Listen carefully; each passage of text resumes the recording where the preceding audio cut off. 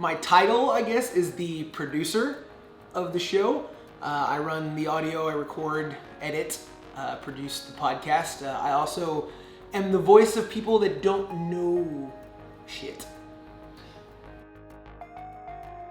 Dan and I met when my family first moved to Texas from Florida in middle school. He was a friend of my brother's first, and then he was always around and we kind of became friends, and then through high school we became best friends, and we've been around ever since. We kind of share like half a brain. Tim showed up when we needed some graphic design work on an old podcast that we used to do, and he was a pretty cool dude. And then when we started this new one, we realized very quickly that it was going to be a lot of Dan talking at me, and we needed some other intelligent car folk around, so we reached out to our buddy Tim, because the podcast needed some more beard as well. So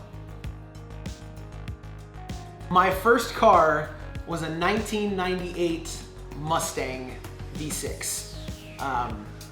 Say what you want about the V6 Mustang. I absolutely love that car. I cried the day that it got taken from me because it pretty much died, and it was just gonna cost us way too much to fix all the electronic and other issues that it was having. I sat in the driver's seat in the parking lot of my apartment while the tow truck was coming to take it away, and I cried. And I still have the VIN number in hopes that one day I can track that car down, but it's probably in a junkyard somewhere. Too many. For being as slow and grandpa of a driver that I am, 12, 13 speeding tickets, I think, something like that.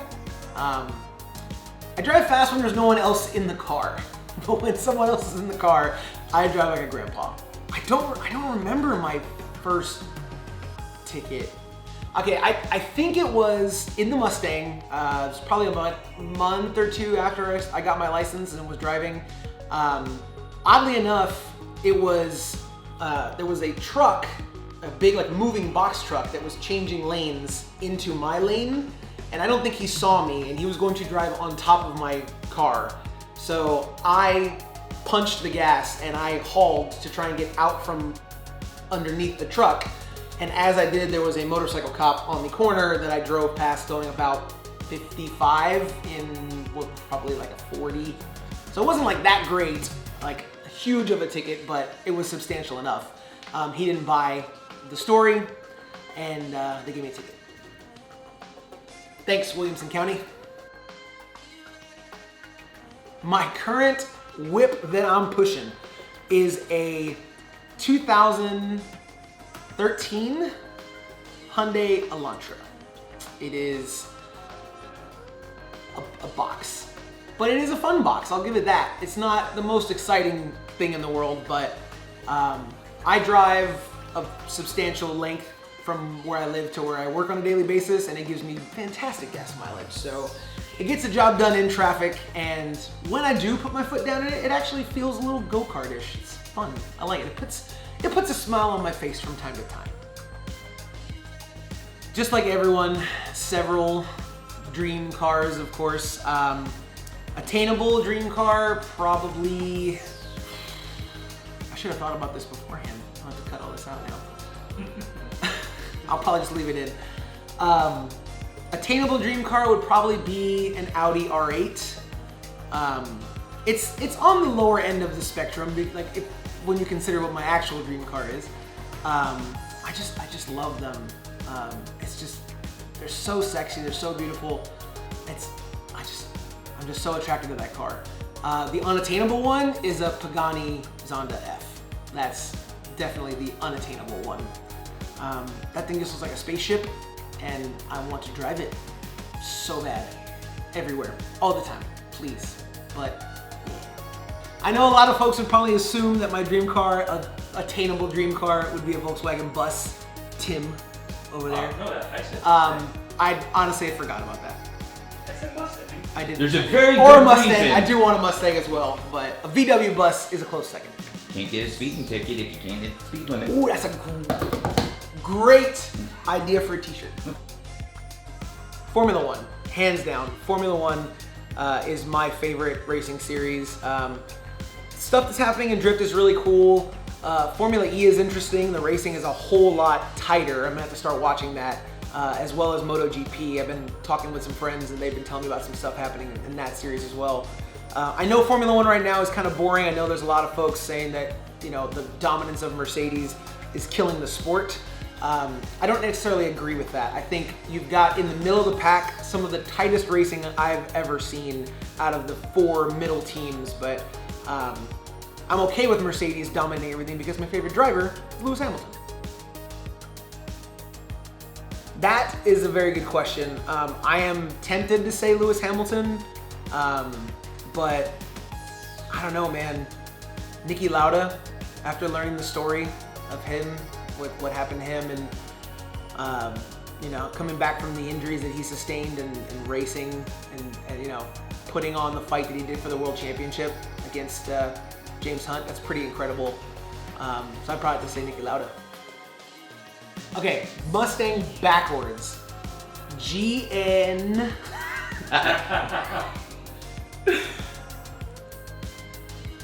ATSUM.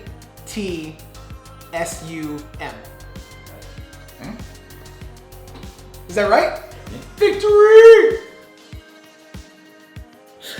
So the black cars go faster thing. Dan, you're a dick. The black cars go faster story stems from when I was, as I said, a friend of Dan's in middle school. We used to play Gran Turismo on the PlayStation. We were racing and he told me, we're gonna take the same car, because he was kicking my ass all day long.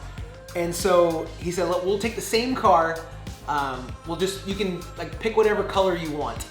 And so I picked this like yellow one, and Dan had picked a black one, and we raced, and he proceeded to smoke me again. And I got all mad, and I was like, why is your car so much faster than mine? Because it was like just beating me on the straights, like from the get off. And what he failed to tell me was that he had imported all of his saved cars from his career mode. But what he told me on the day was that the game is so advanced and so realistic that it takes into consideration the color of the cars, because black is a more dense color, it's more aerodynamic, and therefore has less resistance and was able to drive faster. And I bought it. And Dan said he was an asshole. I said that much of an asshole. That's pretty good. That's, right there. I mean, that's a dick move. Oh god, it was. No doubt it was. Message to the folks listening. First off, a huge thank you for listening to us. We've been doing this for over a year now. I'm still baffled sometimes that people want to listen to the musings that we have, because we're kind of crazy and weird, but we definitely appreciate it. I'd say to folks to never take it driving and cars too seriously. Always remember that the reason we love cars is because they're fun. So have fun. Don't take it too serious.